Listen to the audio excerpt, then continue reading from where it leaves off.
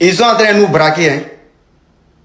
Fatmata Kourouni, avec son mari Madoudjan, ils sont en train de nous braquer ici.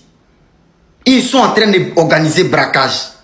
D'abord, ils sont en train de... C'est-à-dire qu'ils sont en train de tout faire pour qu'Argentine arrive en finale, pour que Fatmata Kourouni me coupe. Maintenant, ils ne veulent pas s'arrêter là. Ils ne veulent pas s'arrêter là. Hein. Ils ne veulent pas s'arrêter là. Maintenant, ce qu'ils sont en train de mettre en place, ils ont déjà mis en place. Ils ont changé règle de ballon d'or. Aucun ballon d'or règle changé. Là où on est arrivé là. Maintenant, on vient de nous dire qu'un joueur qui joue dans faux championnat en Amérique là-bas, là, MLS ou bien c'est quoi, Maloni Neresoli, MLS, on dit maintenant, eux peuvent prendre ballon d'or. Comme par hasard, Fatmata Kourouni, c'est là-bas, lui joue. Alors que nous tous on sait, il est le meilleur buteur du mondial actuellement. Alors que nous tous on sait, il n'est pas loin d'arriver en finale. Donc ce qui veut dire que, ni Ala Kassra Noroyaburo, Coupe du Monde d'Amadron, dès qu'il a pris Coupe du Monde, arrêtez de penser à Lamine Yamal, arrêtez de penser à Mbappé, arrêtez de penser à Jude Bellingham, Vinicius, tout cela. Oubliez tout. Ballon d'or. Ils vont donner directement à Fatmata Kourouni. Ça, c'est direct. Eh, Messi, viens en faire. Messi, donc, en toro. Ah, tu nous as fatigués. Toi, avec ton mari, là, quand on sait que vous nous fatiguez. C'est que tout est fait pour que toi, tu gagnes. Mais dites-nous, on va arrêter de regarder mondial. Maintenant, Kenya, on a catastrophe, on a dima. Quand ballon d'or, on a fracassé. C'est fini. Même niveau soulé d'or, on a dima. Même meilleur joueur d'Espagne, on peut te donner si tu veux. Parce que là, on n'a plus le choix. C'est un braquage organisé. Ça, c'est un hold-up. Alors, quand on a pas Fatmata Kourouni, moi, mais si pressé, son âge n'a qu'à avancer, n'a qu'à arrêter le ballon. En bébé, dans l'enfant, nous tous, on serait heureux. Sinon, c'est que. Et puis, le problème, encore, tiens, il faudra le ballon. Apparemment, l'Égypte a décidé de porter plainte contre l'arbitre du match d'hier, Argentine-Égypte. Et ce qui me fait rire, c'est qu'ils ont décidé de porter plainte devant la FIFA. Bon, mes frères égyptiens, est-ce que vous avez déjà vu ce film? Fifanic, est-ce que vous avez déjà vu Fifanic? Parce que moi, j'ai déjà vu et je connais la fin. J'ai déjà vu ce film et je connais la fin. Ça fait mal ce que vous avez subi hier. Ça fait très mal. Tout le monde a vu l'injustice que vous avez subi hier. Et franchement, l'Argentine dans cette Coupe du Monde est trop favorisée. Tout le monde est en train de voir. Donc peu importe si l'Argentine va porter cette coupe ou pas, nous tous nous avons vu que ce sont des tricheurs. Ce sont des favorisés. C'est comme ça. C'est de ça qu'il s'agit. Ça ne sert à rien de porter plainte. Ça ne sert à rien. Parce qu'on connaît déjà comment ça va finir. Ça ne sert à rien les gars. Ça fait mal supporter seulement. Trop d'injustice dans ce match. En tout cas, allez un peu regarder Fifanic. Vous allez comprendre. C'était King Trauma. Alors ça m'a levé là. Non, mais voilà, sa peau est dure. Mais si sa peau est dure, hein, on conspire, on reconspire. Non, sa peau est dure. C'est-à-dire, on met le penalty de l'Égypte qui a été refusé là même. Quand il regarde le premier but de l'Argentine, il a déposé ça sur la tête de Romero. Il est toujours bien placé. Oh non, dis donc. Ça m'énerve mal même. Ça, c'est le vol du siècle. Tu conspires jusqu'à la fin même là. Bon, on les qualifie encore. En beau parler, ils sont qualifiés. Ils sont qualifiés. Mais c'est pas terminé. Et puis, je joue contre la Suisse. Non, ça veut dire qu'ils ont tracé le parcours de l'Argentine comme zone en carton. Pour ne pas croiser la France, ni l'Espagne, ni la Belgique. C'est-à-dire que personne n'est dangereux. Là, ils savent que dès qu'ils croisent une grande équipe, ils sont éliminés. Tiens! Non, il est dur. Comment? Léonard PCS. Faut te réveiller. Hier, c'était bien fait. Hier, continue comme ça ensemble. Oui, c'est encore nous. Après chaque match de Messi, on va crier au scandale. Après chaque match de l'Argentine, on va crier à la corruption. Les gars, malheureusement, on peut pas lutter contre ce système-là. Le système, il est scripté. Voilà, tout a déjà été prédéfini dans la matrice. On n'y peut rien. Nous sommes que des marionnettes dans le système. Voilà, vous avez des yeux. Moi aussi, j'ai des yeux. On a tous des yeux. On regarde les matchs. Certes, chacun a son jugement. Mais on voit tous les fautes qui se passent. On voit l'avantage de Messi sur le terrain. On voit tous. moi, en fait, un arbitre, pour moi, il peut faire des fautes. Il peut faire des erreurs. Moi, j'ai pas de souci avec ça. Hein.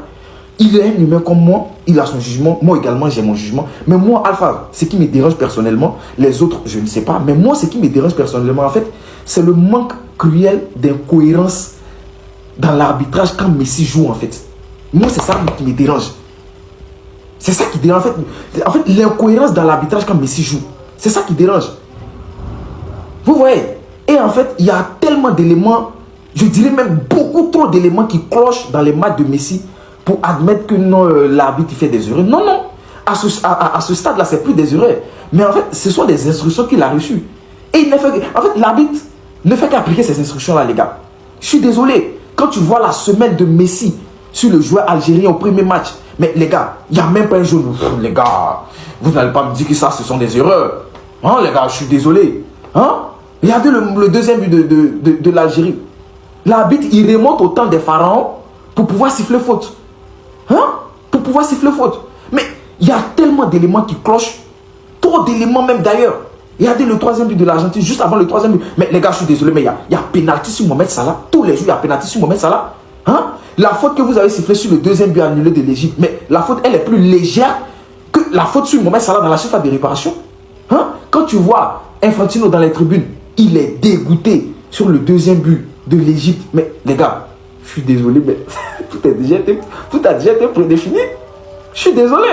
On ne peut pas dire ça, ce sont des erreurs, ce n'est plus des erreurs. Hein? Un arbitre peut faire des erreurs, mais chaque match de Messi, c'est des erreurs. Non, les gars, ce n'est plus des erreurs à ce stade-là. Voilà, il ne fait qu'appliquer les instructions qu'il a reçues. Et c'est ça qu'on dénonce en fait.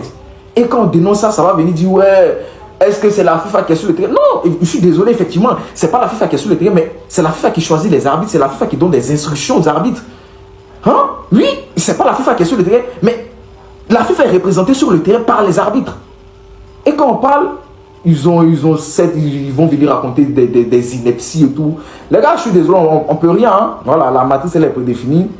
Et ils voient, les pro-Messi ils voient, mais le fanatisme prend le dessus sur l'objectivité. Donc ils ne veulent pas admettre. Sinon moi je sais qu'ils savent, mais ils ne veulent juste pas admettre, c'est tout. Il n'y a pas de souci. Et moi je peux comprendre cela quand tu supportes quelqu'un, quand c'est ton idole et tout, quand c'est ta source d'inspiration. Souvent tu peux ne pas être objectif sur certains points, il n'y a pas de souci. Mais un minimum d'objectivité quand même. Depuis 2022 les gars. Au Qatar 2022, c'était pareil. Également, cette année encore. Franchement, hein, c'est... Et je suis désolé, mais les gars, ça ne fait que salir l'image de Messi. Hein, parce qu'en soi, on va critiquer Messi. Oui, peut-être nous sommes des hops, des haters, il n'y a pas de souci. Mais Messi, en soi, c'est un bon joueur. C'est le meilleur. Voilà. C'est le meilleur juste après Ronaldo. Il n'y a pas de souci. Mais les gars, ça ne fait que salir l'image de Messi. Hein, voilà. Ça ne fait que salir son image. Hein, avec toute la carrière qu'il a accomplie. Quand tu vois cette fin-là, certes, il rapporte des trophées, mais comment? Dans la corruption? Je sais pas, c'est déplorable, quoi. Voilà. On aurait voulu un dénouement heureux, mais bon. Finalement, c'est un dénouement corrompu.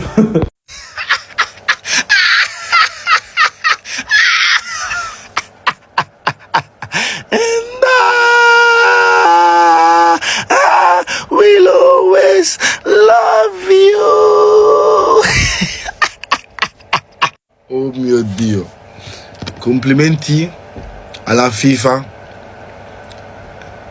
per aver vinto la partita col Capo Verde. Il Capo Verde giocava 11 più l'arbitro più Infantino, il VAR, quindi ragazzi il Capo Verde giocava 11 contro 20 persone. Complimenti. Je vous l'avais pourtant dit, un jour ou l'autre ça devait bien finir par arriver. Le Parlement européen a demandé l'ouverture d'une enquête contre le président de la FIFA, Gianni Infantino, pour présumée violation du principe de neutralité politique de l'entité. Autrement dit, une enquête est lancée contre cet homme à propos de toute la corruption autour de l'Argentine et Lionel Messi. Et devinez qui s'en est mêlé? Le FBI. Selon plusieurs médias, le FBI enquête sur des opérations financières de l'équipe d'Argentine aux États-Unis pour un présumé blanchiment d'argent d'un montant de 300 millions de dollars. C'est bel et bien le mondial le plus corrompu de l'histoire. Et après toutes ces nouvelles inquiétantes, la FIFA a bizarrement demandé de supprimer toutes les vidéos virales qui semblent exposer la corruption de l'Argentine. Étonnant tout ça. Mais bon, malheureusement pour la FIFA, tout le monde est au courant des agissements de Gianni Infantino. C'est pour ça qu'il y a une pétition qui s'est lancée sur internet exigeant la démission de ce même président. Pour corruption et favoritisme envers l'Argentine, ça je pense que vous l'aurez deviné. Malheureusement, je pense que vous connaissez aussi bien ce milieu que moi, mais jamais, je dis bien jamais, cette affaire sera rendue publique. C'est pour ça que j'ai pris une décision. Le 20 juillet à 20h, c'est-à-dire à la fin de la Coupe du Monde, sera publiée sur ma chaîne YouTube une vidéo retraçant toute la corruption autour de Lionel Messi depuis le début de sa carrière. Faites-la devenir virale, on va éteindre le lutin une bonne fois pour toutes.